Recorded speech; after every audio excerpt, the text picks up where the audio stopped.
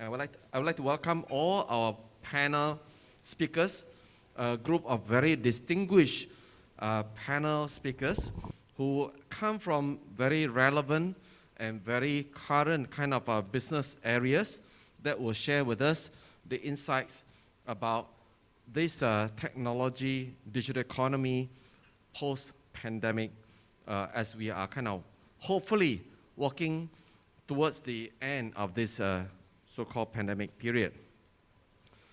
Since we have 9 speakers, we are going to get a lot of very strong and diverse views. This is where it will help us to grow.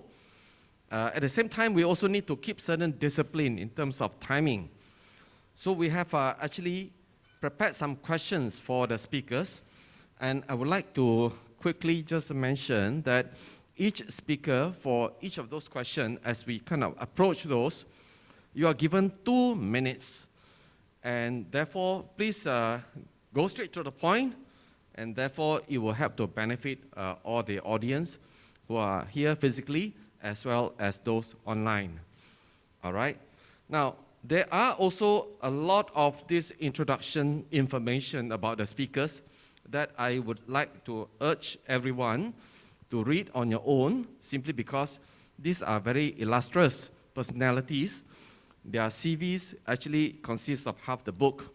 So I'm not going to read it out, and I would like to ask you to do your reading, and therefore I'm going to go straight to the speakers. Now, this session, while we talk about digital technology and digital economy post-pandemic, we actually want to start with the first question, which is about technology.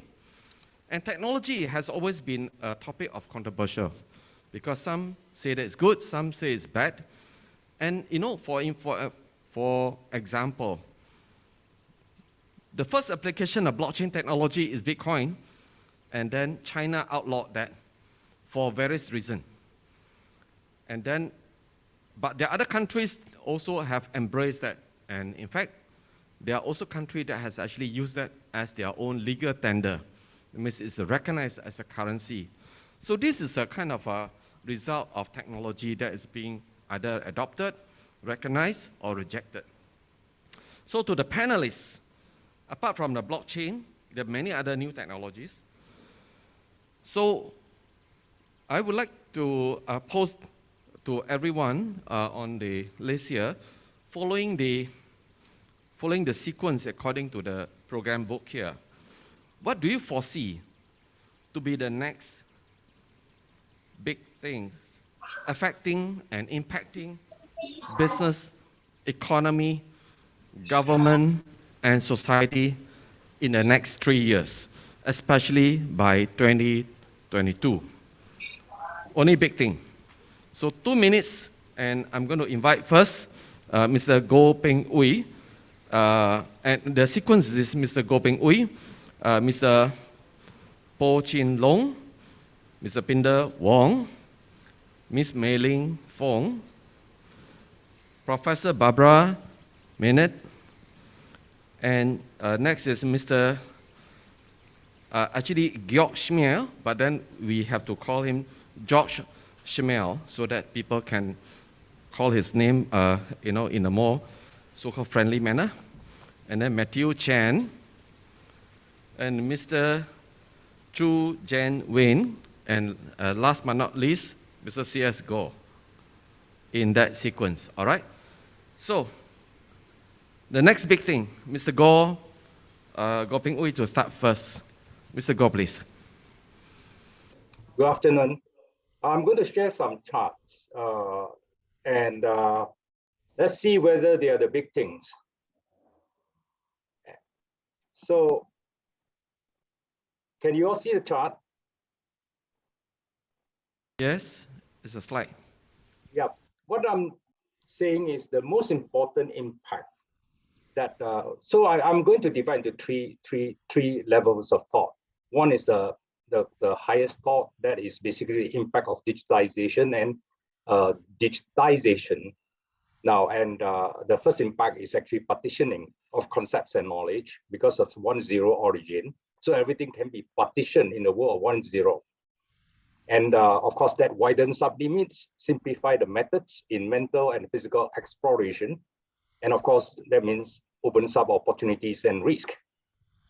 So all this leads to money printing, China's rise, supply-demand conflicts, market cap without profits, and so on and so forth. And of course, these are all big things. And this is basically hindsight.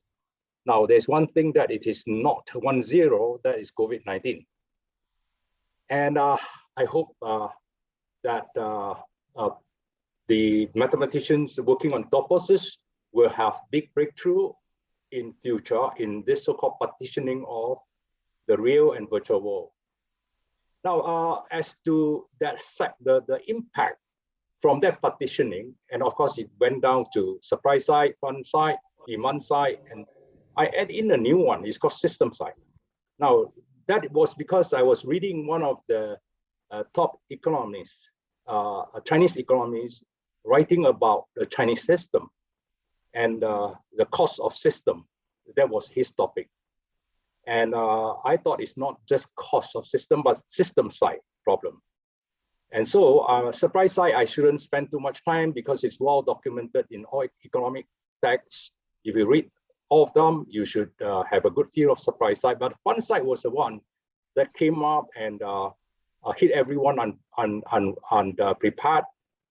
And so the money printing allows the fund side to prosper, and a lot of people making a lot of money in the games.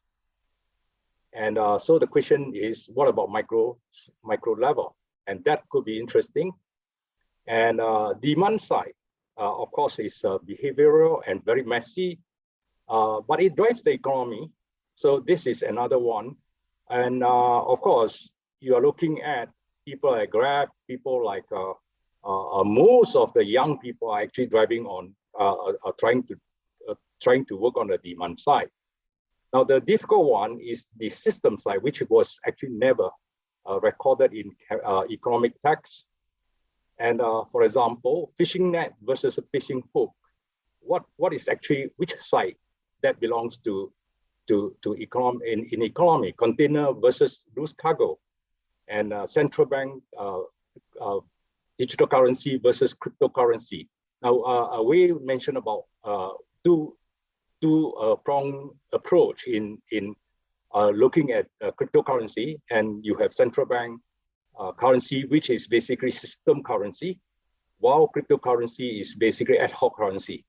Now, population demand versus population bonus, and population bonus in China is declining, and now they have to depend on population demand equal to ASEAN as well. Now, so system is about streamlining, 360-degree view, and of course, it has low cost to result ratio. And this gives rise to all the phenomena that you have seen, actually even the underlying phenomena of quantum physics and so on. So of course, it's a huge impact to our everyday life. Now, when we go down to macro level, it's become very unpredictable because it's combination of all these sites and combinations of all the partitionings. But one thing is very clear, at micro level, all of them are S-curves. They are all a curve to overcome, and really you can't predict what is the big thing tomorrow, because it is all the small things that add up together to form a big thing. But one thing we are very, very sure is that it's purpose-driven, supply side, demand side, and fund side and system side driven. But the trap is connective trap. We know what will fail us. That is called connective traps. And well, we're not talking about new things. Actually, car making is just the same purpose going into a new future, which could be electric car. And by the way, measurements are going to change. So what we used to think that profit earning ratios and so on is going to change. So there isn't going to be one or two or three big things. In fact, everything is going to change. All of them are going to be very significant. Now, and the chart that below is how I plan my organization. Basically, it is about getting ready to all the possible changes, and hopefully we can trap some big fishes. Thank you very much. Wow. Thank you very much, Mr. Goh. And also, at least I should have highlighted that Mr. Goh, founder and chairman of Silverlake Group, and in fact, some may not know that Silverlake is actually the earliest technology, this unicorn in this region. So it's worthwhile celebrating, and we are very thankful to hear from Mr. Goh for the first question. Next, let's move on to Mr. Po Chin Loong, who is the advisor of our Mac Solution, as well as CEO of the Yes Boss Corporation. Yes, please proceed. Thank you. Yeah, thank you, Dato Moderator. First of all, thanks for having us. The three things that we need to think about, especially after this pandemic, right? I would like to bring you all just a little bit, just give me about 5-10 seconds. I don't know whether you all actually still remember something called Deep Blue, 20 years old, where computers are actually having chess with mankind. At the end of the day, computer won. But the last 20 years, nothing happened. Where AI comes in is 5 years ago, there's something called Alphago. I don't know whether you actually heard before. If no, write it down, search it. When go through Alphago is actually just a data sampling. Whatever things that we human beings think, we let computer know this is how it thinks. But is it the best? Alphago 0 then comes out about 3 years back. 3 years ago. What happened is we are going to tell the computer how we think. Because we think A, it becomes B. We don't give samples anymore. Guess what? In AlphaGo A, previously, it took them 40 days for them to win a human being. The next one, it just took them 20 days. Guess what? I just did the check before I actually come here to share with you all. There's something called Alpha Star. We are using computer to fight with computer. Why I want to share this with all of you here today? Digital is not something that when we actually take out phones, we have the latest phone. We are in technology. I have the latest one. I have the fastest machines. I'm the latest. No. Machine learning, artificial intelligence, always the important point. So this is the first thing, the first trend I would like to share when Dato Moderator actually asked. The next thing is because of the pandemic, where everybody at home, always swapping your phones, your machines. What is actually that change?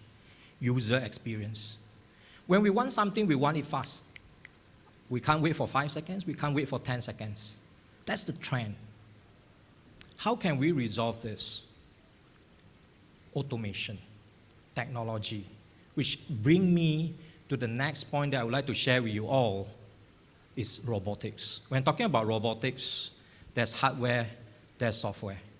So you guys need to actually think about these three trends that I would like to share, Dr. Moderator. I know that the ring remind me of that. Thank you. So maybe I'll share later more in the next question. Yeah, Dr. Moderator. All right. Wow, thank you very much. Wow, certainly you're one of the most disciplined person, just like when you had lunch. Next, we shall have Mr. Pindar Wong, who is the chairman of VeriFi Hong Kong Limited, to share the views. Pindar, please. Thank you, Wei. I'll just keep it very short. As far as key technologies in the next 3 years, I think there is the overall trend of blurring between the real world and the virtual world, the 2D and 3D, specifically a technology called LiDAR, which basically can do 3D cut and paste.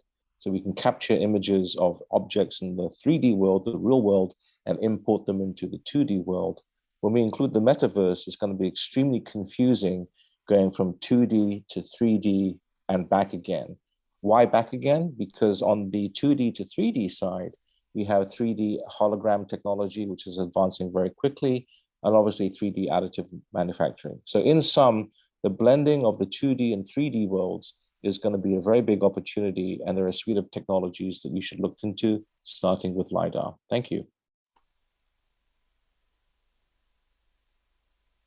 More than short and sweet. Thank you very much, Pindar. And next, Pindar actually talked to us from Hong Kong. Next is actually Fung, who is actually currently in the US and California. And that must be quite late at night for Meylene. And thank you so much for joining.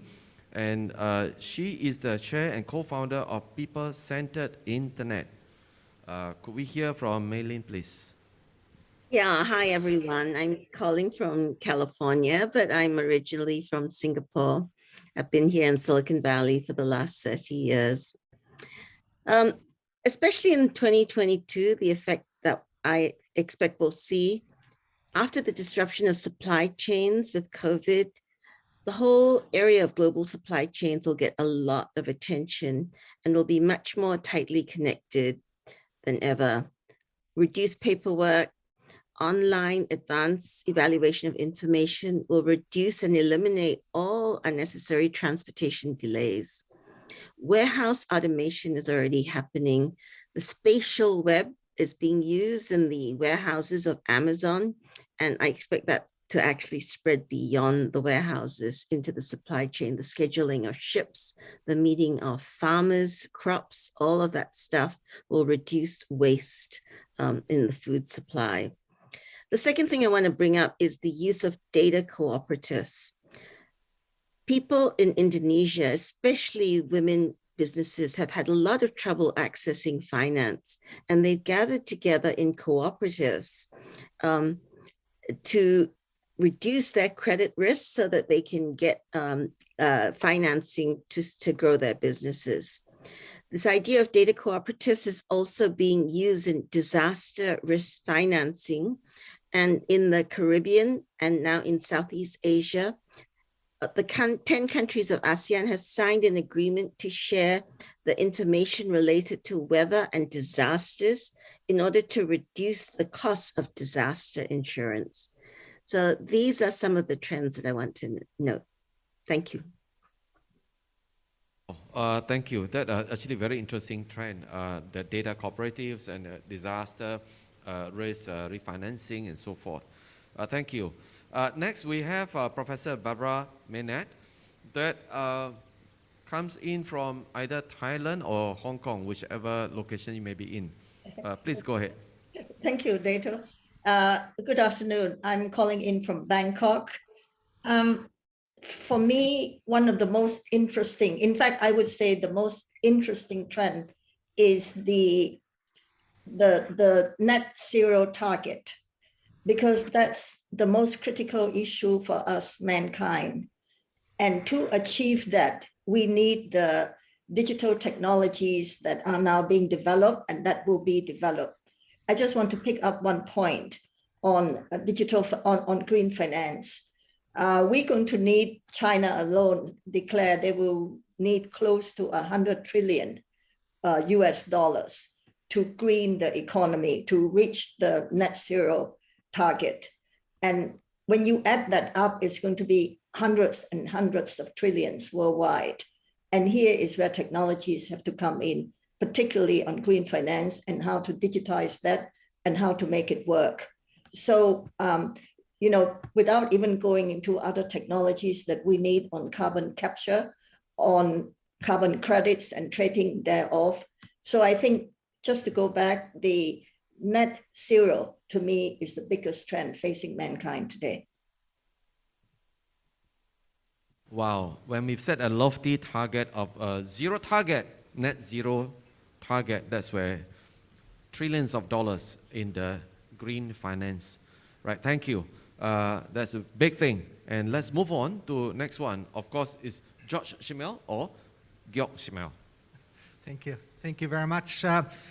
It's always not easy to come in after such esteemed speakers to come up with something new, but I'm lucky. My point hasn't been made yet. So I foresee that over the next 3 years, with signs already visible next year, the computer or digital and the human will grow even closer together.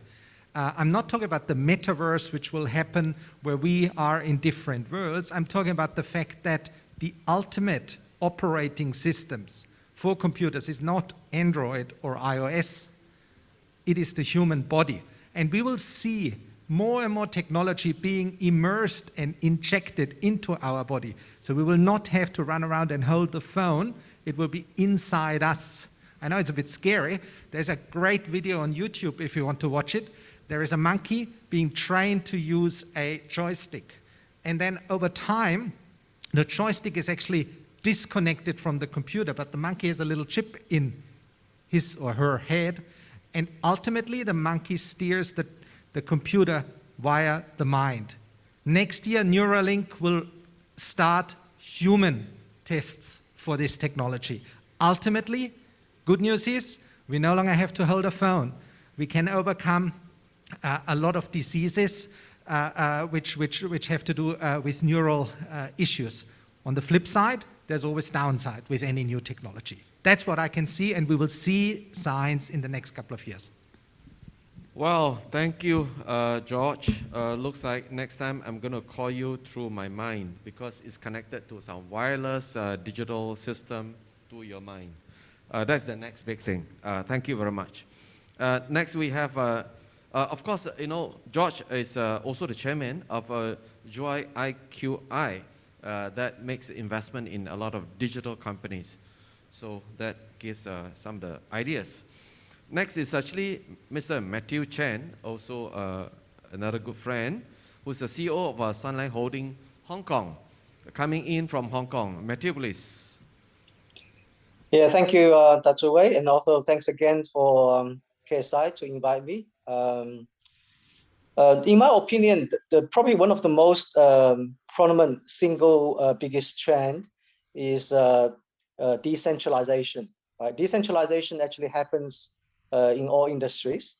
You know, maybe starting with the industry that I'm most familiar with, the banking and finance industry. There's this notion of DeFi, right? Stands for Decentralized Finance, which built upon the technology of blockchain, which actually has a beautiful zero trust design.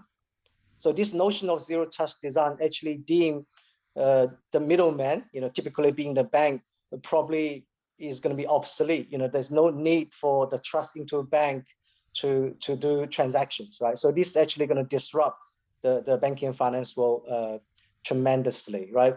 And also in a digital assets world, you know, there's I don't know whether you are watching the news about, there's one of the record high of 92 million of non-fungible token-based artwork. It's called Merge. One of the artworks by Park actually got auctioned recently, reached a record high for $92 million, right? Even in our daily life, in our work, in our workspace, in the middle of a pandemic, we don't need to go to a centralized CBD area to work, right? We don't need to scramble together to work.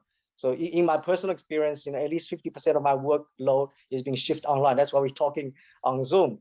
And then people are talking about, metaverse and, the use of VR and AR really actually make collaboration, albeit we are more decentralized, but collaboration can actually be more, right? So this is probably, I think, the most fundamental cross-sector trend that I see.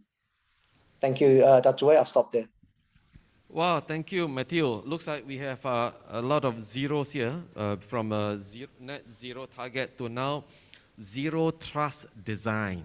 That means a system that's decentralized, that things get done without a central decision. And of course, a few other examples as well. Those will constitute the next big thing by, as mentioned by Matthew. Well, thank you. Next, we have Mr. Chu Jen Weng, who is the Managing Director, President, and CEO of ViTrox Corporation, Berhad, Malaysia. And also I want to congratulate Mr. Chu because ViTrox Corp has been added to the constituents of the FTSE for Good Bursa Malaysia Index and awarded the Company of the Year by the Edge Billion Ringgit Club. Your view on the next big thing? Yeah, thank you, Dr. Moderators. I foresee two big things. I think it is also the right thing that impacting business and social in the next 5 years. These are smart factories and smart farming. As the world moves into the IR4 and AI, we foresee more manual processes across many industries being automated using robotic AI technology and big data. During this movement control and lockdown, during the height of the COVID-19 pandemic, many companies and organizations realized that they're no longer able to heavily rely on cheap labors to run their business and operation. At the same time, smart factories with advanced robotic and machine intelligence play a crucial role in the industry world because automations and big data analytics make machines run automatically and autonomously, as well as make real-time monitor possible. Another big opportunity is, of course, in the smart precision farming. The COVID-19 pandemic have caused severe food shortage and domestic food price inflections across the group. The agricultural commodity price index in the third quarter of 2021 is 17% higher than in January 2021 level. Higher retail price combined with reduced incomes mean more and more households are having to cut down on the quantity and quality of their food consumptions. Hence, it is very important that every country will need to work hard and collaboratively towards self-sufficiency in food through modern technologies.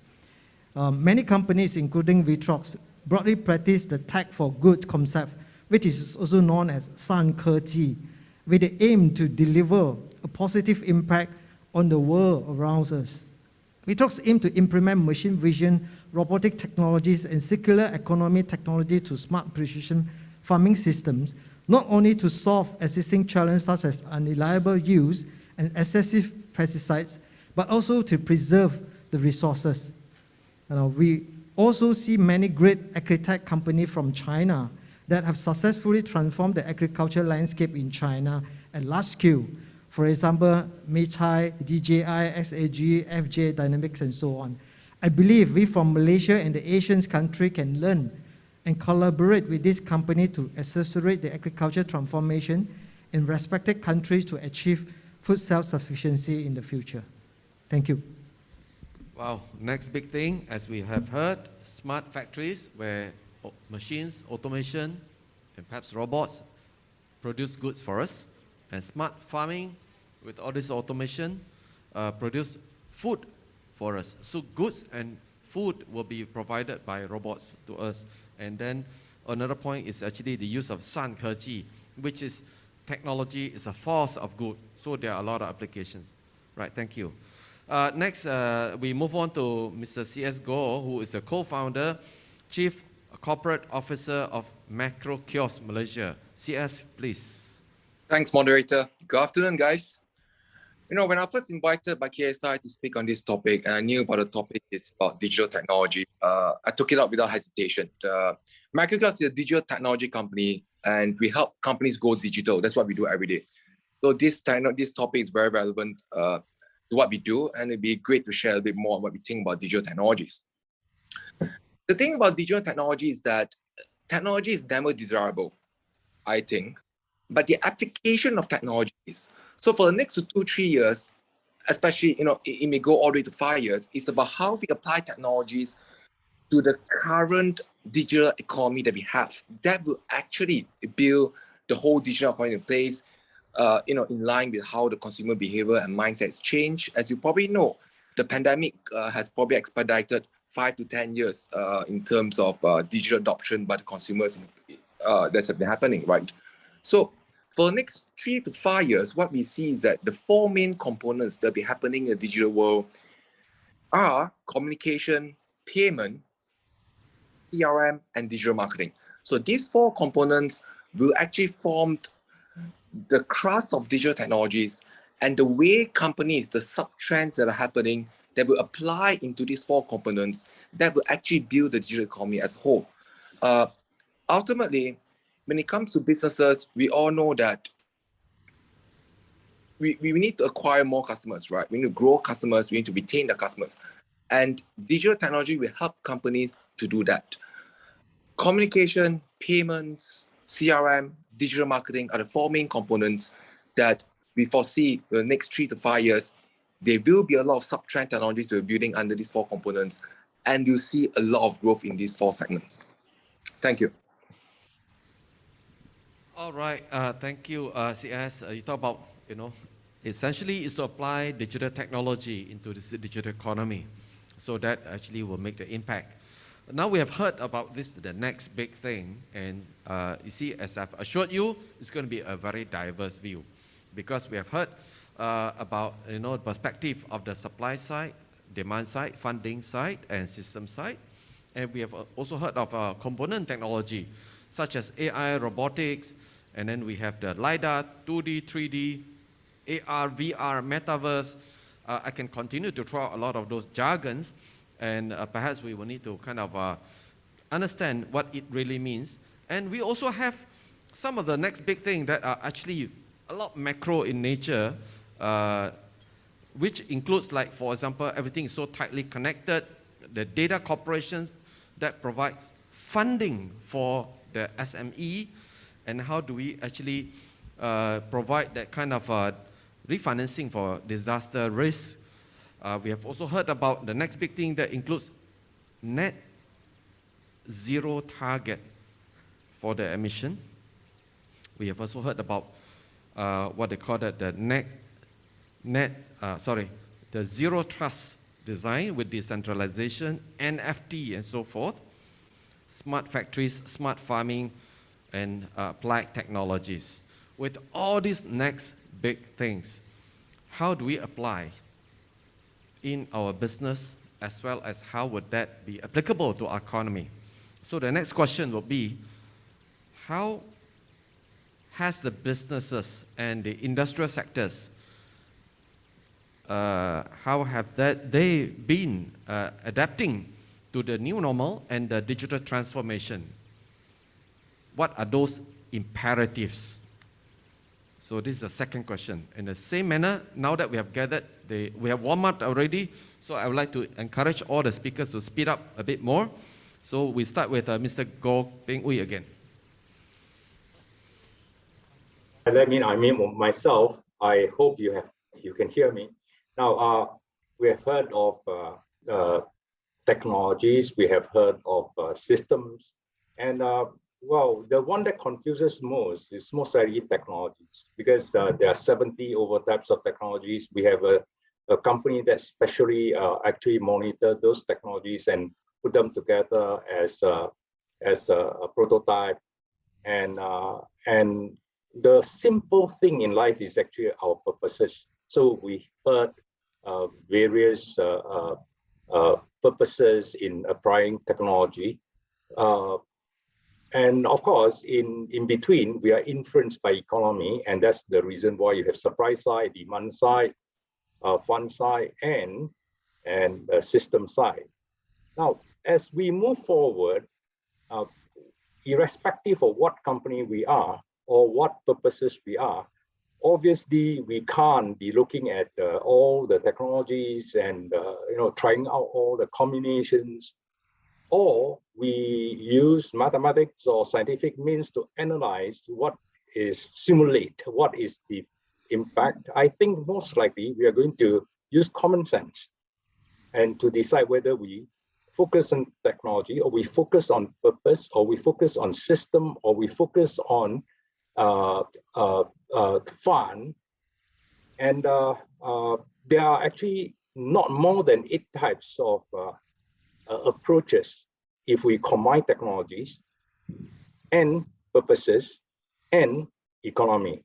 So this is my point. So there are not more than 8 types, and I believe by common sense, everyone can explore their path.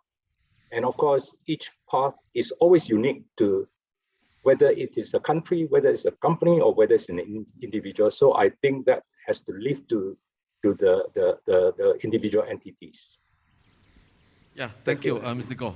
Use our own common sense, and in this case, I believe it's also leadership, right? To focus on the purpose or the system or fund or the economy, right? Thank you. Then Mr. Po Ching Loong, please. Okay, thanks, Dato' Moderator. When talking about economics, it's about supply and demand. The pandemic totally break all this. The lockdown, what are we talking about, the supply and demand? So what I'm actually trying to share with you all here is like what actually the panelists previously said. You actually fast forward 5-10 years. What we can do. From technology per se is very simple. I would like to quote Nike mottos. Just do it. Just do it. If I were you, I give you 3 steps. Number 1, if let's say you have the young ones at home, gather them, have a dinner, talk to them. What can I do? This is number 1. Number 2, if you're running a big corporates, you should have an R&D team. I always recommend this. If not, number 3, talk to the professionals. It's a time to have coffee with them to move your business forward. If you don't care, nobody will. That's it, Dato' Moderator. Wow, okay. So just do it. And to do it, you need to kind of talk to the young people, especially young ones at home, and also have the R&D team because they are specialized people, or talk to the external professionals. Thank you. These are the imperatives. Next, may I invite Pindar Wong, please? I think the imperative from the business side is to change a mindset from where things are to when. I think this focus on time is really what COVID-19 has done when it's destroyed or having us refactor our supply chains and demand chains. Because consumer behavior now has moved online because we can't physically meet together from the consumer side, that also translates into not being able to meet together on the producer side. If we include government as well, the biggest change here is, I think, the focus on time, given uncertainty. So the big change in mindset from not really caring where things are, because I think one of the trends is decentralization, to when orders can be fulfilled, I think that really should be the ruler by which we measure imperatives. Thank you. Well, thank you, Pindar. So you touched on this dimension. The imperative is about time, right? When to do it, right? Because anyone could have done it, but when, right? Thank you. May I invite Mei Lin to take the next answer, please? Okay, I want to mention the elephant in the room. The volatile situation, that is the increasing war of words between US and China. I believe Southeast Asia has a responsibility to show how to work with all sides so that trade can continue to flow. We have to work out ways to reduce the impact of the trade war by Southeast Asia's major trading partners. That is a big challenge ahead. I will run through a few other areas. Digital tracking of activities. Women taking leadership positions in ICT will mean that challenges in the home, families, the disabled, the digital home will emerge in the next few years, beyond just the appliances, but the coordination of care for the elders, for young children. Digital natives, like our young friend here, he's talking about a whole new world. They will be starting businesses in new areas, monetization of digital assets, new ways of earning income from anywhere, and having companies that are spread around the world. Finally, Singapore spends 5% of GDP on health. This is due to decision modeling, population health analysis. The US spends 20% of GDP on health. So the use of statistics and modeling in health, transportation, education is going to transform these basic public services. And digital cooperation is being led by the United Nations on digital public goods and digital infrastructure. So the highways, the the information highways we've been talking about are going to start appearing. Thank you. Well, thank you, Mei Ling.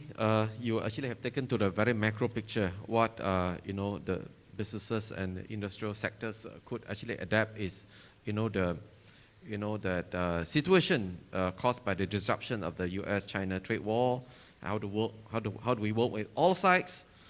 And interesting enough, you use the word a lot of tracking activities because of the availability of digital tools. And you touch on women, so it's as though women tracking activities, but it's not. Okay, and of course, all the other macro picture they will talk about is also like healthcare, transportation, of which this will also impact businesses and economy. Right. Thank you. And next, I would like to invite Professor Barbara Meynert to share your thoughts. For me, an imperative is clarity. We need to know the strategic for business. We need to know the priorities, the strategic priorities, and we need a clear roadmap. Because adaptation implies that we move from the old normal to a new normal. The problem is there's no new normal. In this new post-pandemic digital revolution world, we only have a whirlpool of things that constantly change. So, clarity to the maximum extent, I would say, is an imperative.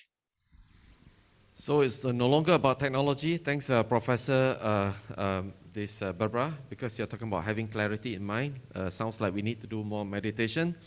Okay, we're moving on to George, please. Yes, from my side, not all industries are always in the same state when they entered into this COVID period. COVID has accelerated the take-up and in some places made it mandatory. Now in the starting post-COVID times, it becomes a bit more optional. So we will see a slight swing back also for certain activities to the old normal when it comes to, for example, instead of ordering food online, going out more.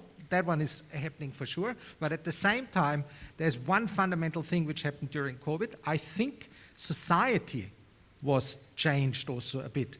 Society in terms of how they think about their politicians, how they think about trust, how they think about anything central which makes decisions for them to different degrees in different countries. And I do believe that while the medical impact of COVID has been felt, the psychological and societal impact of COVID will still come out over time, and it will kind of match this new world of metaverse and decentralization and shifting of trust away from central to decentral.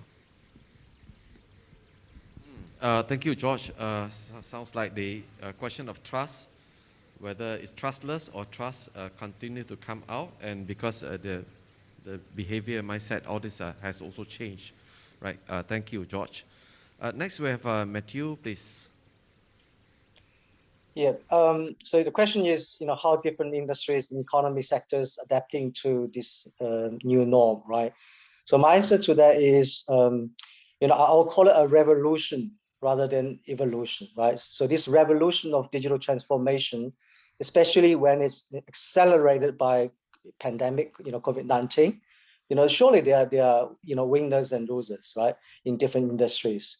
So this is exactly the point I'm trying to make earlier. Although we are living in a more decentralized world, but a centralized government, the role of the centralized government is becoming actually more and more important, because they're, how the government's going to ensure, their social responsibilities and to help the more vulnerable, segments of the economy, it becomes more and more important, right? So, the zero trust technologies, all the ABCDs, metaverse, everything make the transaction communication is more efficient and cheaper, right? The costs become lower. So people is easier to collaborate, but there's always going to be losers.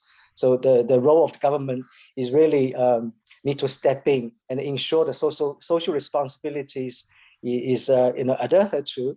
And because at the end of the day, this revolution is a top-down approach, right? So it takes a lot of intervention from the government. So that's my 2 cents worth, Dr. Weng.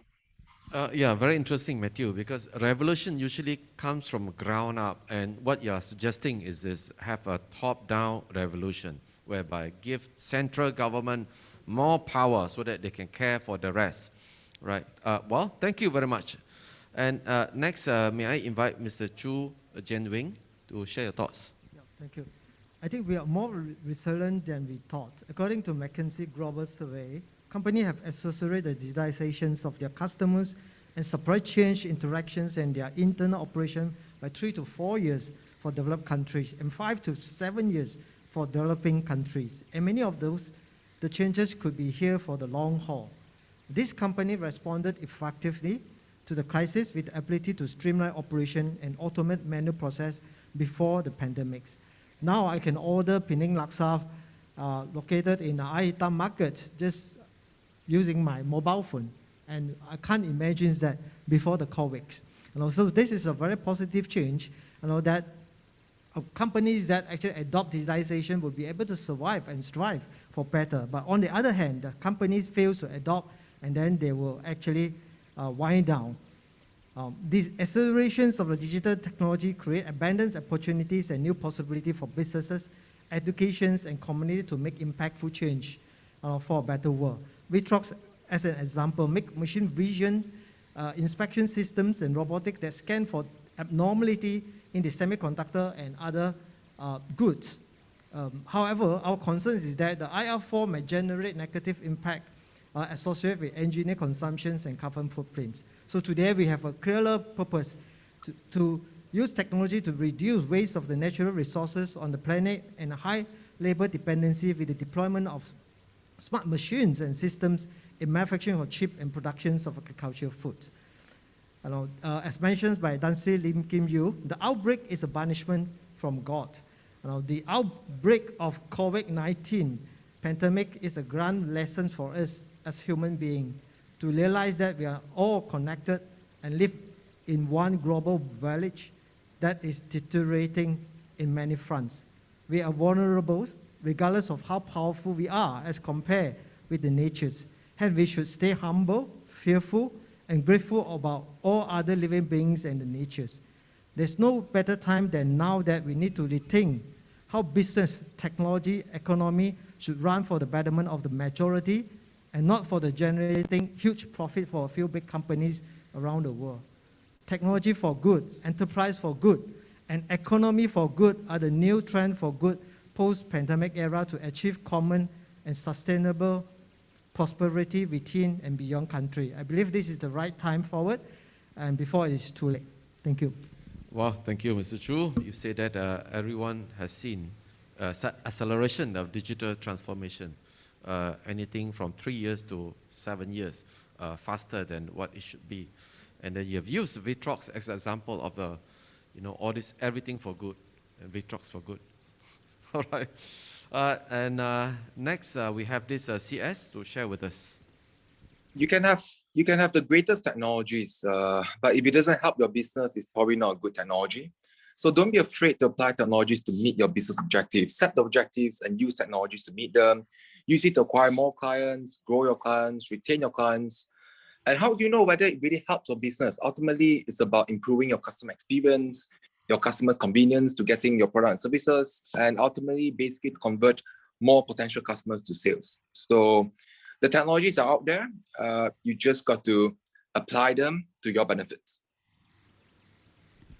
All right, CS, thanks. Yeah, apply technology immediately and for whatever our purposes, right? So we have actually heard the whole, long list of the imperatives that businesses could actually look into, like focusing on the purposes, just do it, and then the mindset, and also be aware of the macro picture, like trade war and so on, have clarity of the strategy, and then must adopt the mind change, adopt the digital transformation, and apply technology. These are all the imperatives. Now, we want to actually crank up speed further. Now, you see, not everyone will benefit from this whole big global trend and technological advancement. And technology, while it's actually a force of good, there are some who could actually be left behind. So what are those sectors that are vulnerable, and which one will thrive? I think it's time to see that the world is going to be yin and yang. There's some group that will benefit greatly, some groups that will actually fall behind, all right? And what are those intervention measures that the government or some of the regional groupings could do in order to kind of rebalance the situation? And with that, I'd like all the speakers to also share your views. Starting from Mr. Goh, please.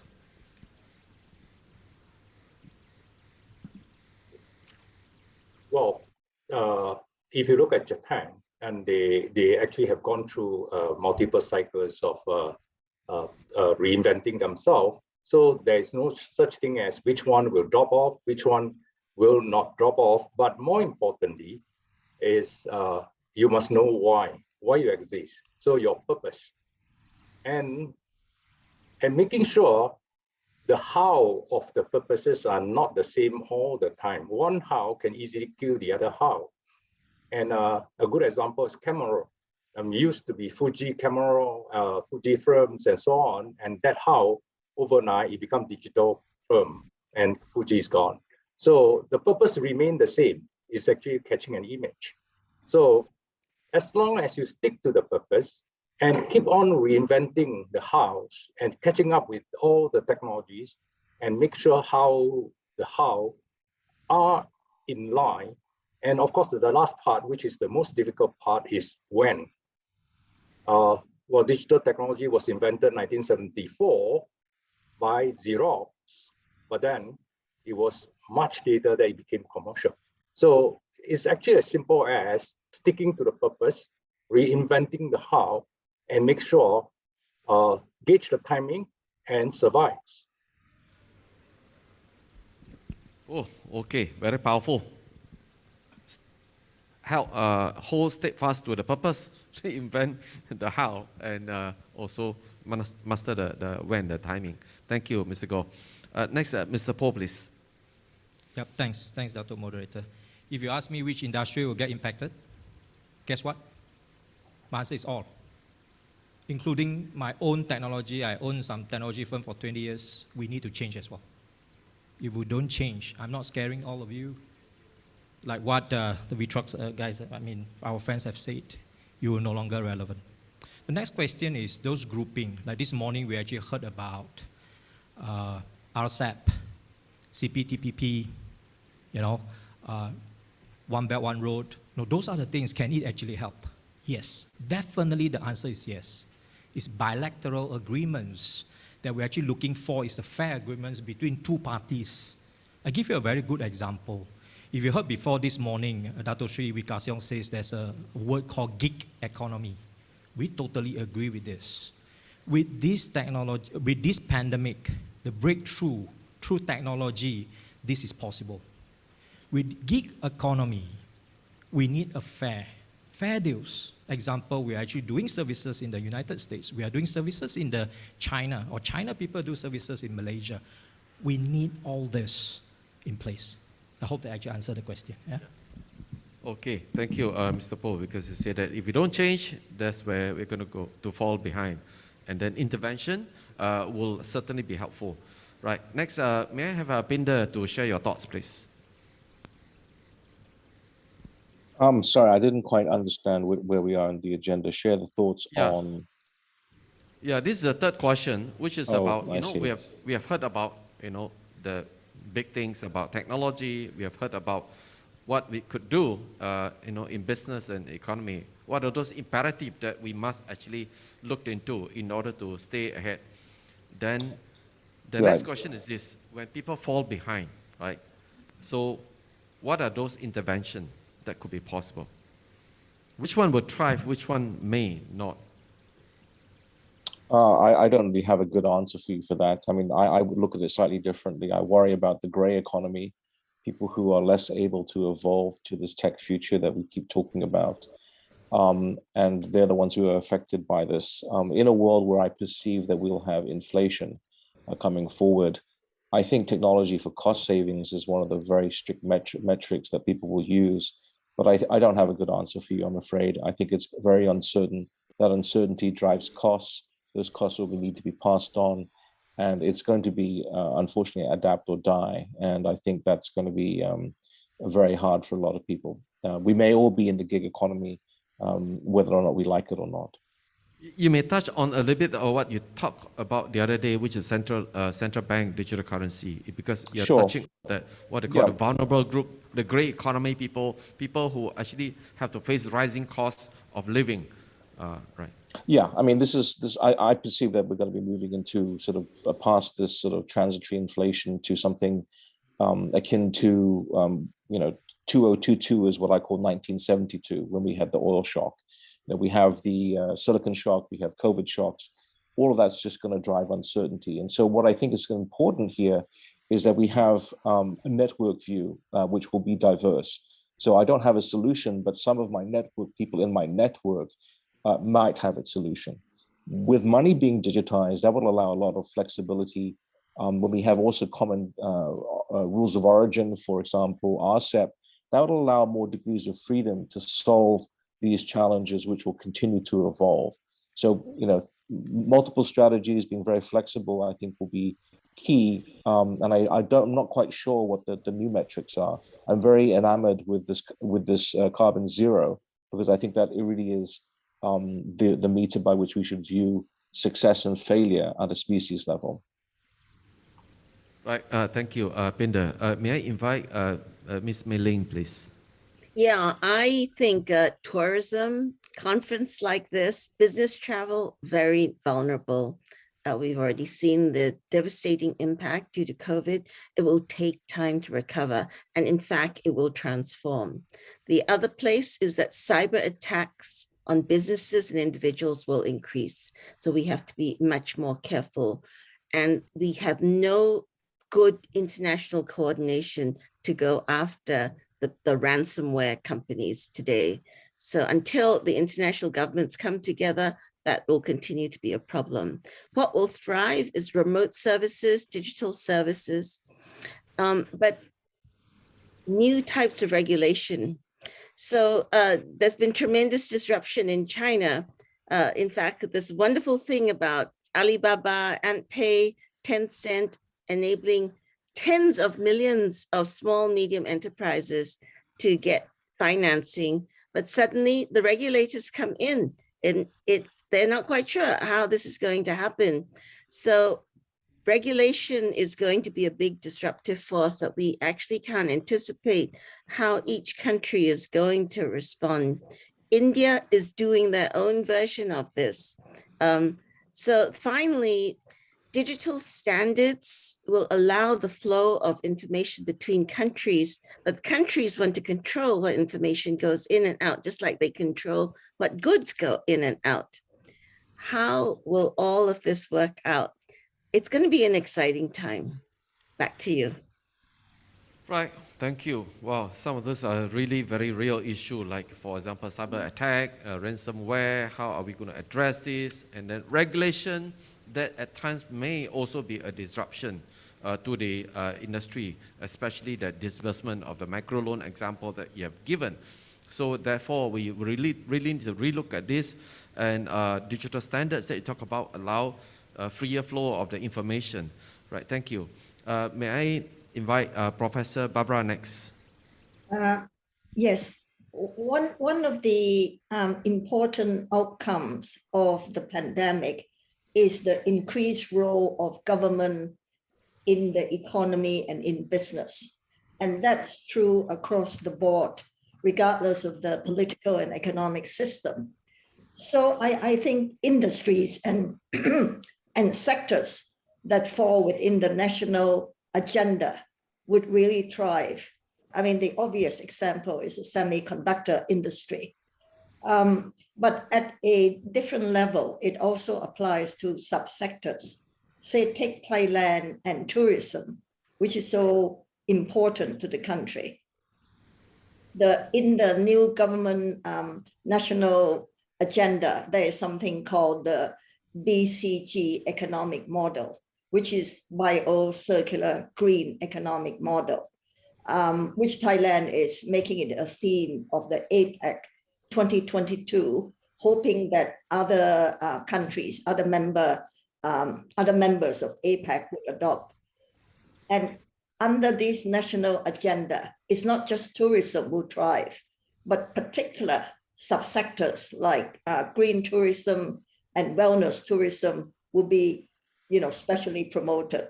So that's how I see one of the ways to identify the sectors that will thrive. Right. Thank you, Prof. For once, I thought that you are promoting for BCG Consulting, but it turns out to be a different thing because that includes a secular. Yes, it's the same details. I know, secular, green, all this economy, and the green tourism. Thank you. Next, George. Yeah. I keep it fairly short. In the end, I do believe every industry and economy has a chance. What it requires is clear leadership, which involves having a clear target, a clear long-term plan. It will require for leaders who are also digital savvy and understand and are willing to learn to really bring those industries, those companies, and those economies forward. George, thank you. You touched on the topic very close to my heart. That's the need for digital leadership, a very clear leadership, a plan for long term, and execute them. Thank you. Next, we shall invite Matthew, please. Yeah, I mean, in a lot of industry, a lot of vertical industries, right? My view is usually the more vulnerable segment are the receiving ends. Take the example of the financial world, which I'm more familiar with. We've been forever talking about the underserved or unbanked segments, right? Usually they're poorer people, but often than not, these underserved segments, they also financially illiterate. So while we're talking about very good financial inclusion, I mean, you see the example in China, right? So this so-called gray area, the tech companies coming, I mean, typically the private sector segments, I mean, you can't blame them. They are profit driven, right? They are bottom line driven. So some of the company might use this domination of the data to monetize and to the extent of almost like exploring the underserved market in the name of financial inclusion, right? So this is exactly where the government needs to, again, step in. Obviously, the balance is tricky, but there is a role for the government to help this so-called more vulnerable segment. Again, the topic very, very hot, becoming very, very hot recently this year, buy now, pay later, right? So it's across the world, mark my word for it, mark that way, 18 months down the track, you will see a lot of hardship will be caused by this so-called, buy now, pay later product suite, right? And so financial inclusion and financial literacy go hand in hand. This exactly is my earlier point about government's role to ensure the social responsibility of these tech companies. And in this country, in Malaysia, I personally see that the segment, the SME segment, especially when it comes to cross-border trade, the so-called the supply chain finance is becoming going to be a crucial element in order to recover, post-pandemic, right? Again, the government needs to step in to ensure that data is, easily collaborated across different segments to ensure, the data flow and the data transparency. You can utilize some of this technology I mentioned in blockchain, which is based on zero trust, right? To ensure that the cost and transparency of this cross-border trade for SME is more freely flow, right? So I'll stop there that way. Yeah, thank you. You touch on, these vulnerable groups will be those underserved, lower income group, and they tend to have a higher cost of getting everything. And then you have also warned that buy now, pay later may potentially result in some much bigger issue that we have yet to see. Thanks for that warning. I think we better take note of that, and perhaps the regulators and policymakers may have to pay more attention to this area. Okay, so next, may I invite CS, please? Hi guys, yeah. So perhaps from business perspective, perhaps the best way to boost digital uptake is basically to constantly ask yourself, like, what would the client expect from us, right?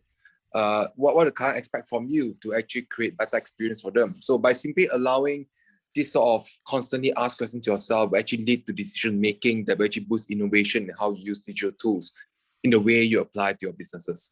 But of course, from a business owner perspective, it's always a constant the kind of desire to actually adopt new technologies. You need to have constant training, upskilling.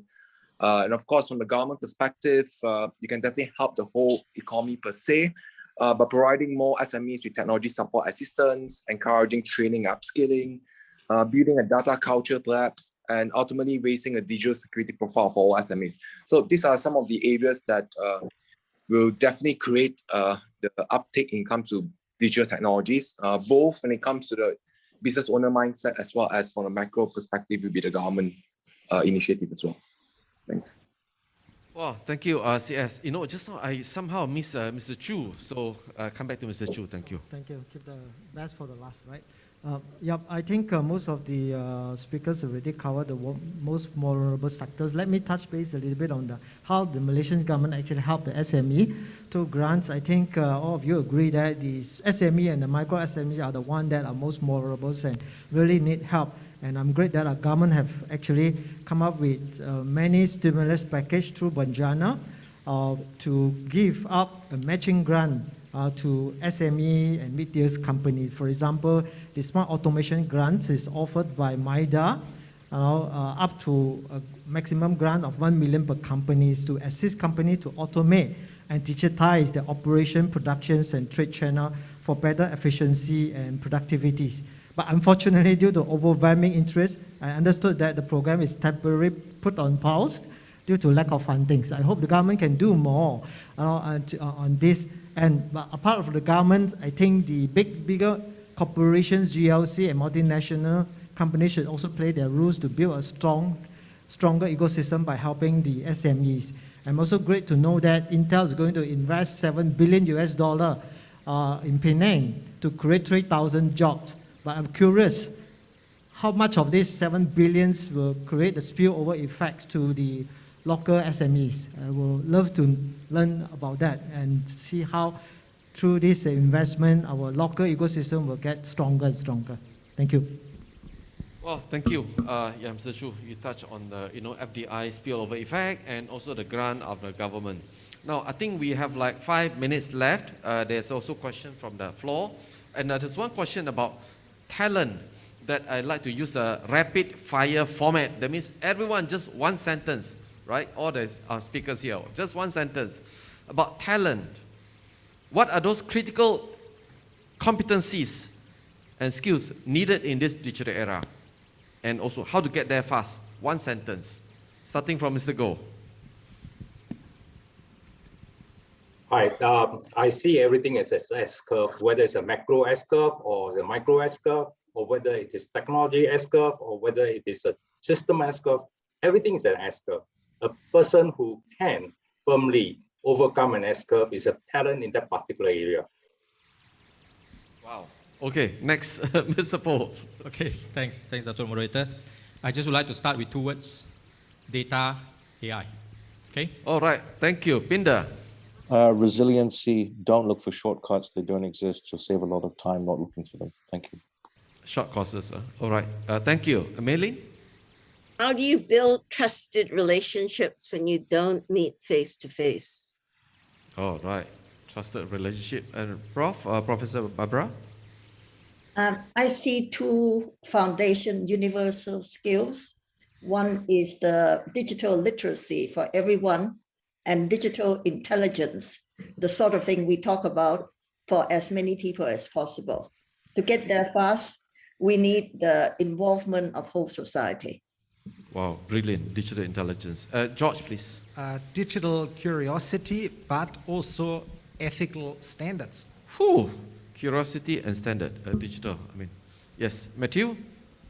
So the technologies such as AI, blockchain, cloud computing, and data will be immersed into our daily life. It's almost like everyone knows how to use Excel, Word. It will be like that. It will be just a simple toolkit cut across different industries going forward. Right. Thank you. Mr. Chu? Yeah, I think people said about lack of talent, but I don't think that we don't lack of talent, we just lack of talents that with a compassionate heart. So compassionate innovation is the way forward. We need more talents that are, become the force for good so that our world will not have to face another COVID pandemic moving forward. Thank you. Compassion together with technology. Wow. CS. Yeah, whether from a perspective from employee or business owners, we just got to very much grow and scale fast. Okay, thank you. The last 2 minutes that we have a question from Maggie coming from some overseas somewhere. Question is this: there is a clearer new tension between the power of big tech versus that of government. To all the panelists here, everyone, just one sentence. What do you see the resolution to this tension between big tech and the government? Mr. Goh? Well, I think if time will solve the time chaos. Okay. All right. Yeah, Mr. Po. Yeah, I mean, first of all, we need to know that technology is unavoidable. But we as a technology implementer always have a mindset of humanitarian. Whatever things that we do, is it benefiting the mankind? If yes, just do it, everything will be okay. Yeah. Right, thank you. Pindar? I would say tax. Tax is the purview of government. And obviously with tax revenue, you can redistribute it in society. These global platforms are now meta-national.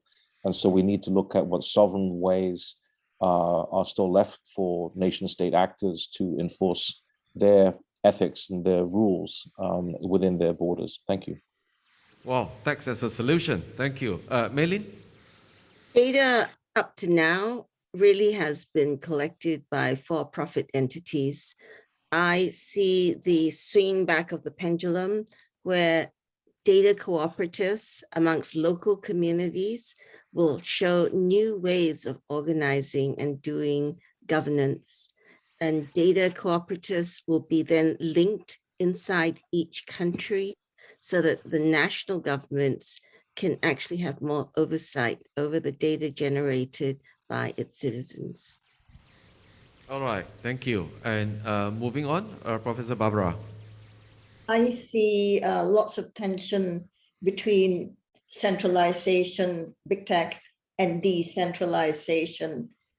And frankly, I don't know which one is easier for government to manage and control, because the trend towards decentralization may also apply to future governance structure. All right, thank you, George.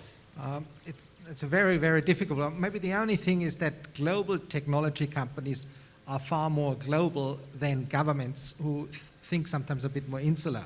So if governments are acting more globally, they might actually close the gap. Global government, wow. All right, Matthew. Well, the role of a sovereign centralized government in a decentralized maybe sometimes dominated by some of these tech giants, which are probably profit-driven, is exactly to strike the right balance to ensure the social responsibility adhere to, and to ensure that the more vulnerable segments are actually, supported and looked after, right? So there's always a right balance to ensure a good technology. I like one of the speakers says the passion, right? The passionate and good technology can be ensured maybe sometimes by the government because they are not profit-driven. All right, thank you. Rebalancing. Mr. Chu. Yeah, we humans are social beings. We create technology to make our life easier and more convenient. But technology can never replace the warmth we could have in the in-person interactions. So that is the short. Thank you, Mr. Chu. And then CS. Yeah, so very much the tension between government and tech giants, as we all know it, is very much in data privacy. So it's always a paradox, right? You do not want to impede the growth in the expense of data privacy, or you do not want to grow too much, but then, again, in the expense of data privacy. So it's all about governments. It's all about governance. I think what's happening now is a good check and balance. It's probably going to be a constant struggle, but at the end of the day, it's actually good for all of us to find the right balance. Right, thank you, CS. So I think we have covered all the questions that so far have been kind of posted here. Mr. MC, our time's up, right? I think with that, I would like everyone to join me to thank all our distinguished panelists for their wisdom and insight. Thank you. And back to you. Thank you so much, Dr. Wei, and thank you to our panel for speaking on ways to develop